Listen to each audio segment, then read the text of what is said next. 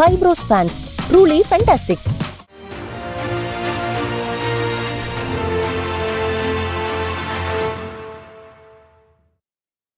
தேர்தல் களத்தில் வேட்பாளர்கள் மற்றும் அரசியல் கட்சி தலைவர்கள் பரப்புரை நிகழ்த்தியதை சுருக்கமாக தற்போது பார்க்கலாம். தூத்துக்குடி மாவட்டம் கோவில்பட்டியில் பரப்புரை செய்த திமுக வேட்பாளர் கனிமொழி, தங்கம் விலை, பெட்ரோலிய விலையை மத்திய அரசுதான் குறைக்க வேண்டும் என்றும், வரும் தேர்தலில் பாஜகவின் ஆட்சியை இறக்கி விடுவோம் எனவும் கூறினார். தங்கம் விலை, பெட்ரோல் விலை, கேஸ் சிலிண்டர் விலை எல்லாமே அங்க இருக்கக்கூடிய ஒன்றிய அரசாங்கம் மோடி ஆட்சி தான் இறக்கணும். அதனால நம்ம மோடியை இறக்கிடுவோம். ஒரு நல்ல ஆட்சி வந்துடும். வந்த உடனே நம்முடைய இந்தியா கூட்டணி ஆட்சி வந்த உடனே நிச்சயமாக கேஸ் சிலிண்டர் விலை 500 ரூபாய்க்கு வழங்கப்படும். தேனி மாவட்டம் உத்தமபாளையத்தை அடுத்த அனுமந்தன்பட்டியில் வாக்கு சேகரித்த அதிமுக முன்னாள் அமைச்சர் RB உதயகுமார், இரட்டை இலை சின்னத்தை முடக்க சதி நடந்ததாக கூறினார். திமுக வேட்பாளர் தங்க தமிழ்ச்செல்வனையும் கடுமையாக விமர்சித்தார். திமுகவில் நின்று நாராயணசாமியை ஒருவர் எதிர்த்து நிற்கிறார். அவர் பெயர் தங்க தமிழ்ச்செல்வன் என்று பெயர் வைத்திருக்கிறார். அவங்க அப்பா தெரியாம வச்சுட்டார்.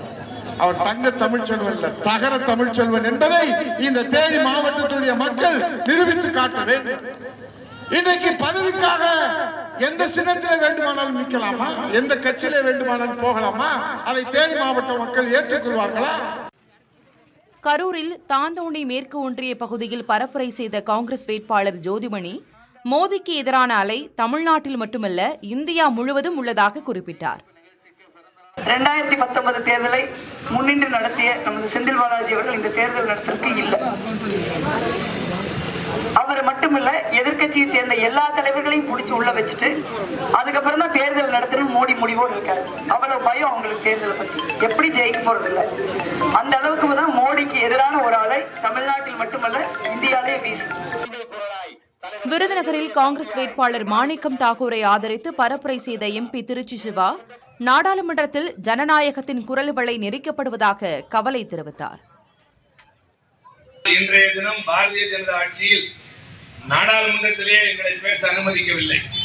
மீறி பேச முயன்றால் எங்களை தூக்கி வெளியே எறிந்தார்கள். ஆனால் வெளியே பரப்பப்பட்ட செய்தி, எதிர்கட்சிகள் நாடாளுமன்றத்தை முடக்கிவிட்டார்கள் என்று பழி சுமத்தினார்கள். உண்மை அதுவல்ல. ஜனநாயகத்தினுடைய குரல் விளை நெரிக்கப்பட்டது. Fibros fans, truly fantastic.